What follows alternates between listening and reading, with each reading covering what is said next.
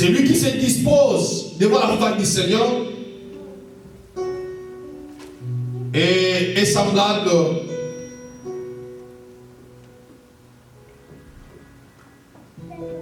à ce qu'on appelle l'assiette bien préparée. Cela veut dire qu'on peut mettre si facilement la nourriture pour que d'autres personnes puissent consommer. Nous voulons parler sur le Saint-Esprit, mais nous savons que le Saint-Esprit, depuis la nuit des temps, le Seigneur a montré comment il s'est avéré nécessaire que le Saint-Esprit marche avec le peuple. Parce que l'Ecclésiaste chapitre 3, le verset 15, la Bible dit, Dieu ramène ce qui y était passé. Amen. Cela veut dire, Dieu prend ce qui était passé, le ramène dans le présent. Or, tout ce que le Seigneur est en train de faire, cela n'est pas nouveau quand nous parlerons la Bible, parce que cela existait déjà. Ce fait que d'après toi, ça peut encore paraître de nouveau, mais pas devant le Seigneur. Alléluia. D'après toi, ça peut encore paraître de nouveau sur le Saint-Esprit, mais alors que depuis la nuit de temps, le Seigneur annonçait le Saint-Esprit. Parce que le Saint-Esprit que nous parlons, même Israël comprenait déjà une promesse sur le Saint-Esprit. Parce qu'en hébreu, on dit le Saint-Esprit, c'est Rouya, et qui signifiait les souffles.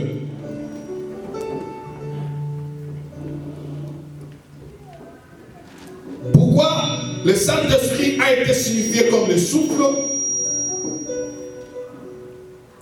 Dans le livre de Genèse chapitre 2, le verset 7, je lis dans le nom de Jésus. Est-ce que vous êtes avec moi? Amen. La Bible dit ceci. L'Éternel Dieu forma l'homme de la poussière de la terre et il souffla dans ses narines un souffle de vie. Et l'homme devint un être vivant. Or, depuis la nuit des temps, le Seigneur montrait comment il devait souffler dans l'homme pour que l'homme devint un être vivant. Or, l'homme bien sûr portait la chair, mais il n'était pas encore un être vivant tant que Dieu n'avait pas encore soufflé dans l'homme. Or, c'est le souffle de Dieu qui vivifie l'homme, qui identifie que réellement l'homme il vit. Et raison pour laquelle, si vous lisez dans le livre de Job, chapitre 32, prenons Job, chapitre 32,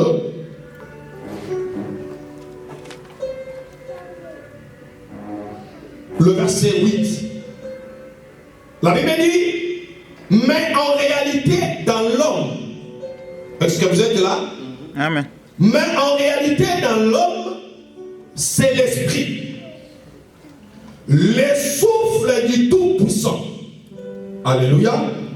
Donc, la Bible est en train d'identifier que c'est le souffle du Tout-Puissant qui donne l'intelligence.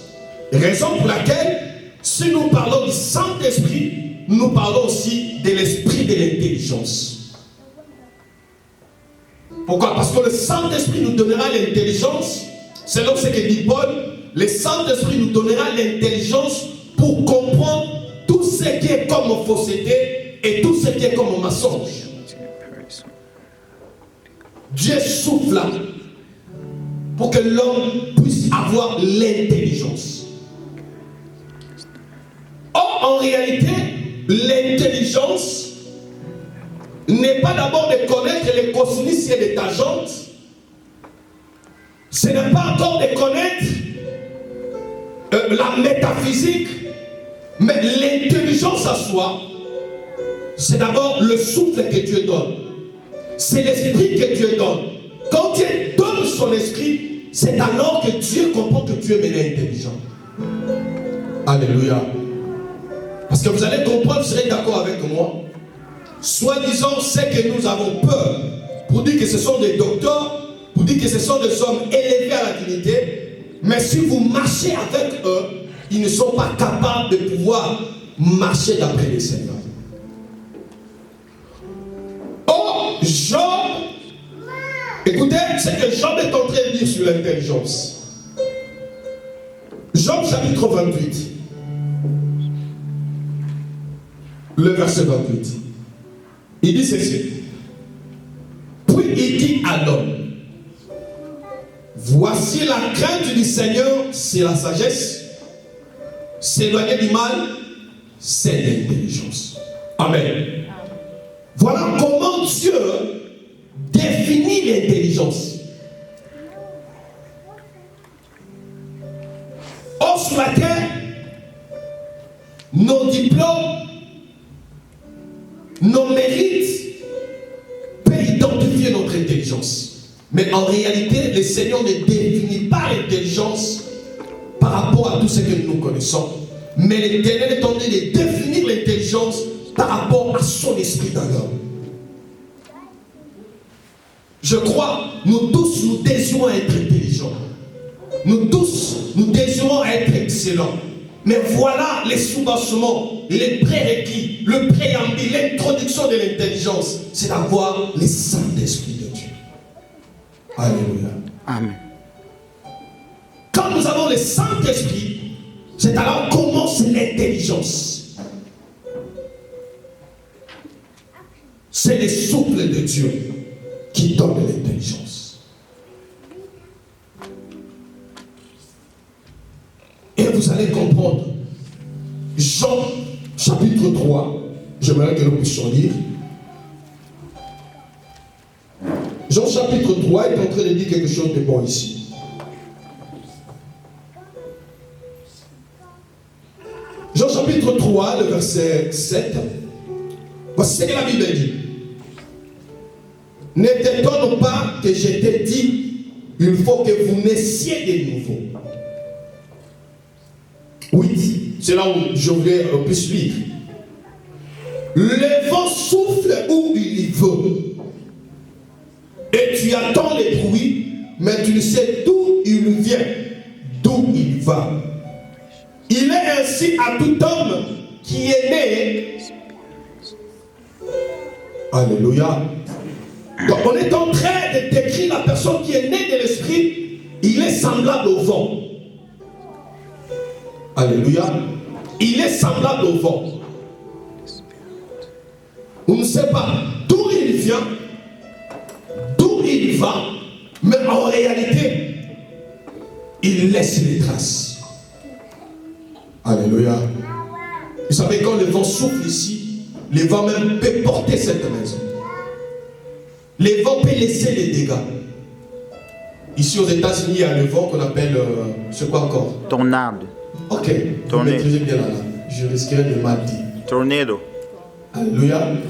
Le vent ici laisse les dégâts. Mais on ne sait pas d'où ça vient. Et ça part d'où. Mais ce qui est important, les tornades vont laisser les traces. Alléluia. Vous savez, un homme de Dieu, un enfant de Dieu, le monde ne nous comprendra jamais. Alléluia. Le monde ne peut jamais nous comprendre. Moi, je le dis pour aller plus loin. Je dis qu'un homme de Dieu, même sa femme, a du mal à lui maîtriser. Alléluia. Un homme de Dieu, même sa femme, ils ont fait 20 ans de mariage, mais sa femme a du mal pour le maîtriser. Parce qu'il est contrôlé par le Saint-Esprit de Dieu.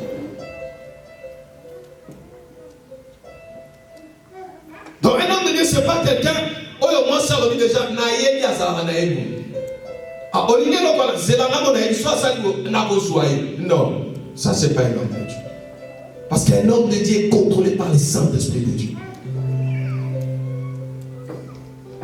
Et c'est pour cela, Si tu as le Saint-Esprit de Dieu, tu ne quitteras jamais la terre sans laisser les dégâts sur la terre.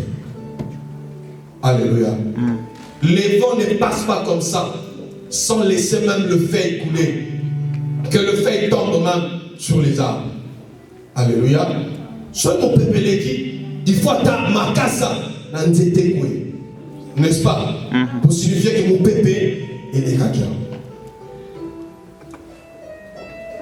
Et tu es comme ça, c'est pour permettre à ceux que tu laisses les dégâts pendant que tu es sur la terre. C'est ça l'importance du Saint-Esprit. Nous devons laisser les traces du Seigneur. C'est pour ça qu'on est en train de parler le Saint-Esprit comme le vent. Bien-aimés, nous devons désirer avoir le Saint-Esprit. Vous savez, la personne qui a le Saint-Esprit ne voit pas les choses de la même manière. Vous savez, je me souviens encore le samedi passé. Je ne sais pas si vous avez senti aussi ce que moi j'ai senti. Vous savez, pendant que l'homme de Dieu priait, je sentais l'atmosphère compliquée. J'ai failli même tomber. Alléluia. Je dis, Seigneur, soutiens-moi pour que je ne tombe pas. Sinon, on sait l'intercession. Alors que non, le Saint-Esprit peut te prendre et te faire couler. Ce n'est pas des mauvais esprits. Alléluia. Parce que les gens ont toujours cette renommée. Soit vous t'accroyez à l'objet et à l'objet. Donc, si on a quoi qui pour rien battu. Alléluia.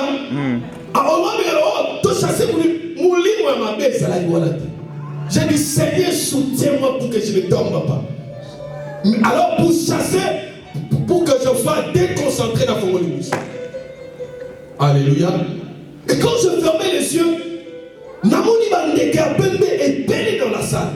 J'ai dit, Seigneur, garde-moi de ne pas tomber. Alléluia. Amen. Donc nous aimons assez que dans la salle, que nous ayons cette atmosphère. Que les gens ne sentent pas ce que toi tu sens. Que tu ne vois pas ce que les hommes voient. Mais que toi tu sois connecté par le Saint-Esprit de Dieu. Vous savez, la personne qui a l'Esprit du Seigneur, il peut fermer les yeux, mais il voit.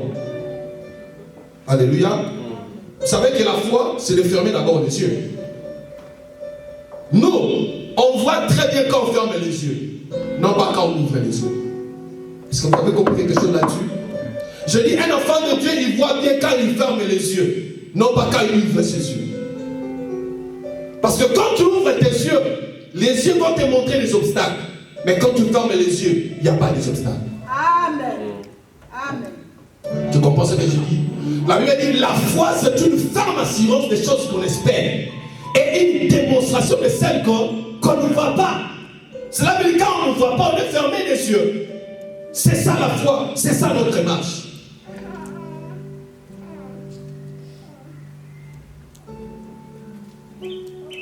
Vous savez, par la folie, j'ai dit à une femme, parle des choses qui sont impossibles à Dieu. Elle m'a dit, comment je peux parler? J'ai dit, parle des choses que tu sais, c'est impossible et que cela ça puisse s'accomplir. Mais moi, je t'ai dit, par la foi que j'ai maintenant, parle de ça. Elle m'a regardé et dit, waouh. Maintenant, c'est comme si elle a voulu aussi tenter. Elle dit, Seigneur, mon mari a fait une semaine en Europe, j'aimerais que vous savoir les documents. Pour elle, c'était pratiquement impossible. Je dis, tu as dit quelque chose à Dieu? Elle dit oui. Je dis, prions pour ça. Je dis, Seigneur, que cela s'accomplisse tel qu'elle a demandé. Elle savait que c'est pratiquement impossible. Alléluia. Mais je te dis, après des semaines, à peine dans le téléphone. Me dit, papa, mon mari a eu les documents pour 10 ans. Ah bon? Nous avons souhaité dans son qui oh, maman, c'est un moi. Alléluia. Amen. Pour ça, nous sommes qui au lobby, on nous a permis, nous avons tenté à voler. Non, la foi nous donne la capacité de fermer les yeux et de voir. parler de choses impossibles. Tu parles de choses impossibles, mais tu parles de ça par rapport à la foi. Parce que la foi nous recommande de faire ça.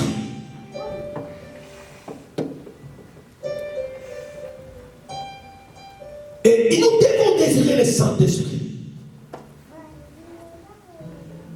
Parce que le Saint-Esprit, c'est celui qui témoigne réellement qu'en toi, tu as le Père et le Fils. Alléluia. Ce n'est que le Saint-Esprit en toi qui témoigne que réellement en toi, tu as le Père, tu as aussi le Fils. Or, l'importance du Fils, c'est quand il vient pour présenter le Père. Et l'importance du Saint-Esprit, quand il vient pour expliquer le Père, le Fils en toi. Et quand il vient les mettre tous, les deux en toi, c'est ça le Saint-Esprit. Alléluia. Jean chapitre 14.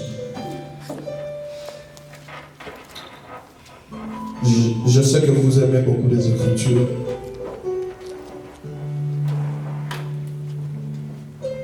Écoutez ce que la Bible est en train de dire. Jean chapitre 14. Le verset 23. La Bible. Non, nous commençons d'abord avec le verset 17. Et nous allons sauter pour prendre le verset 23. J'ai lu le nom de Jésus. J'ai lu le nom de Jésus. Amen. L'église, nous ne sommes pas une église morte, nous sommes l'église des vies. Alléluia. Là où les amens doivent être réellement dit. Amen. Amen. On raté un rôti comme il voit qu'à ce qu'il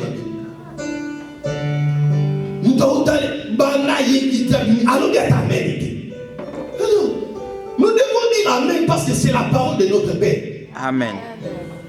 Alléluia. Amen. À moins que tu ne sois pas d'accord avec la parole de ton Père. Mais si tu sais que ça vient du Père. Et puis on dit que nous t'en à conciter. Et ça prend un bon moment. On ne dit pas Amen. Non.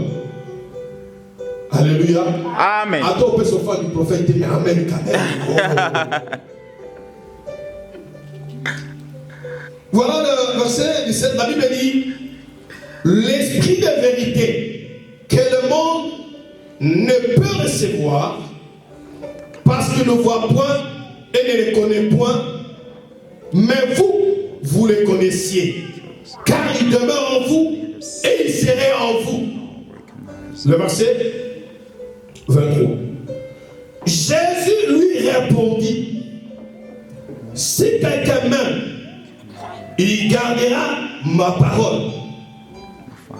Là, c'est Jésus qui parle. Il gardera ma parole. Et mon Père l'aimera aussi. Il a cité son Père.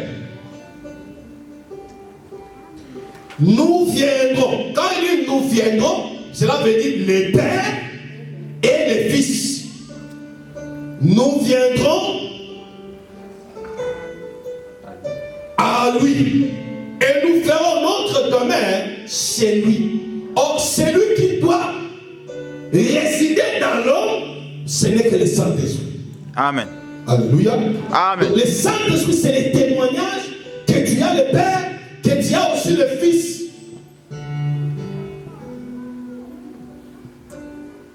C'est pour ça que moi je dis, nous sommes les éléments déterminants du ciel. Nous déterminons le ciel pendant que nous sommes sur la terre.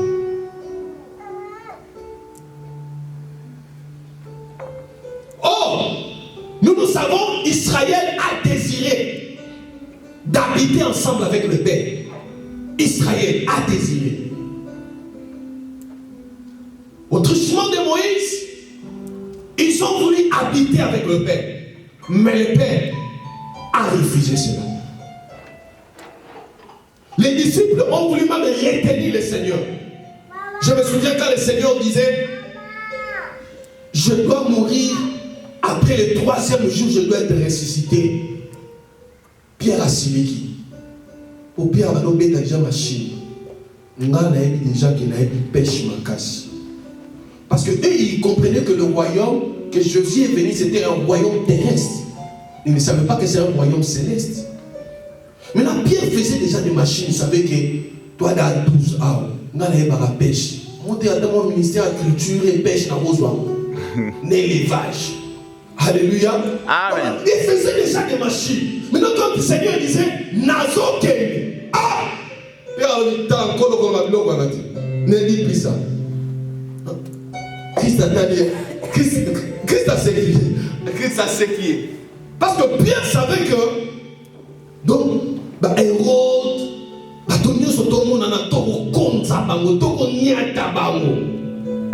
alléluia. Amen. Non, ne viens pas avec le Seigneur pour ce qui est terrestre.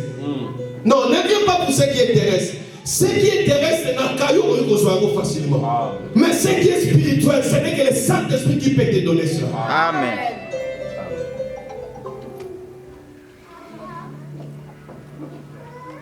C'est pour ça que c'est important.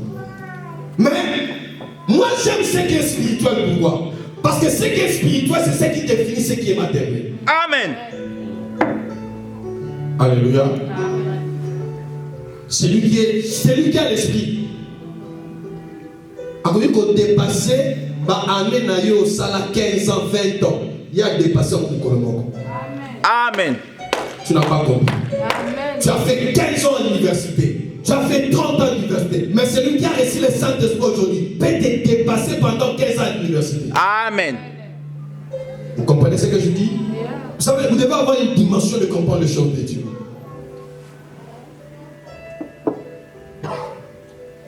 Les gens qui étaient tout autour de Potiphar croyaient aussi être le premier ministre, mais ils ne pouvaient pas. Mais les jours qu'on a demandé à Joseph d'interpréter les songes, voyez la visitation de Dieu, c'est le même jour qu'on a déclaré. Il n'y a pas de... C'est le même jour. Parce qu'il a seulement interprété les songes. Bien aimé, interpréter les songes. Le Seigneur va vous récompenser. Amen. Vous savez, la vie des hommes, c'est vraiment les songes sur la terre. Et nous interprétons que les songes quand nous parlons de l'évangile. Alléluia. C'est pour ça que moi j'encourage à tout le monde de parler de cet évangile. Quelles que soient les femmes ou les hommes, vous êtes appelés à parler de cet évangile. Que personne ne vous arrête. Vous devez parler de cet évangile. Très important.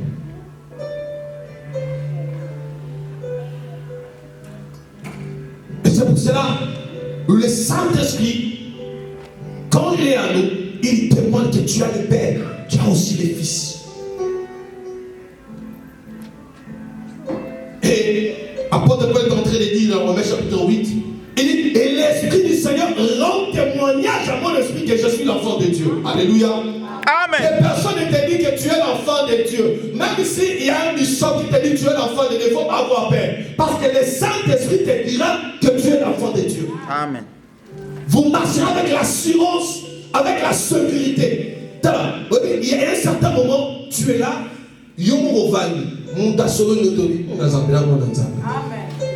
c'est là que c'est d'arriver. Ça vous arrive aussi de fois. Tu es comme ça, seul, mais tu confirmes que je suis l'enfant de Dieu. Amen. Et tout cela, c'est le Saint-Esprit qui témoigne en toi que tu es l'enfant de Dieu. Amen. Il y a des gens qui marchent sur la terre, mais qui ne croient pas qu'ils sont des dieux. Ils ne croient pas ça. Vous savez, aujourd'hui nous blaguons avec être enfant de Dieu. Christ, on a voulu le lapider parce qu'il a dit je suis l'enfant de Dieu. Parce qu'en Israël, quand on dit El Ben Shaddai, ce n'est pas n'importe qui. Fils de Dieu dans la chair, ce n'était pas n'importe qui. Quand Israël a entendu, Christ a dit je suis El Ben Shaddai.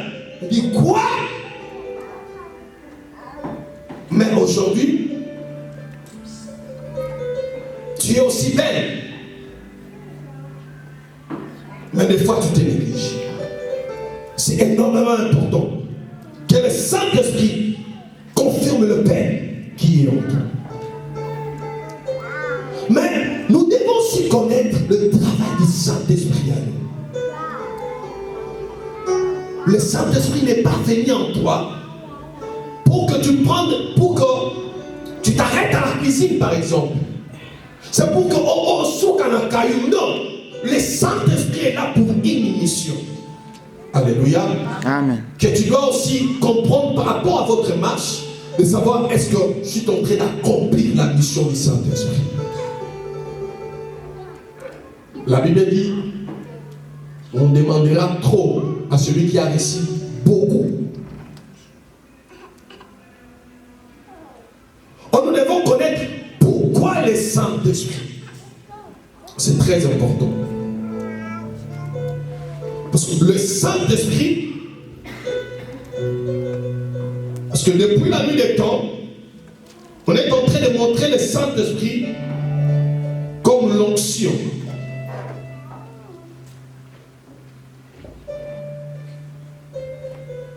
Jean chapitre 1 Jean chapitre 2, le verset 20.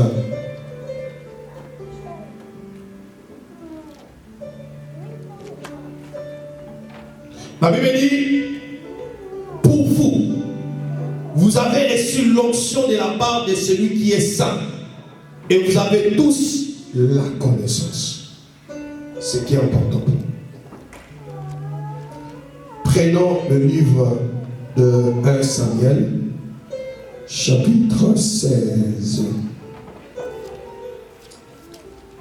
Pourquoi c'est important? Nous voulons parler quelque chose pour savoir la mission du Saint-Esprit. 1 Samuel, chapitre 16, le verset 13. Oui. Prenons juste le verset 13. La Bible dit, Samuel prit la corde d'huile et l'oignit au milieu de ses frères. L'esprit de l'Éternel saisit David. À partir de ces jours, dans la suite, Samuel s'éleva et s'en alla à Rama. Alléluia. Mais vous allez faire l'effort de lire le passage tout entier à la maison. La Bible dit, nous avons reçu l'onction de Dieu. Or, quand on reçoit l'onction du Seigneur,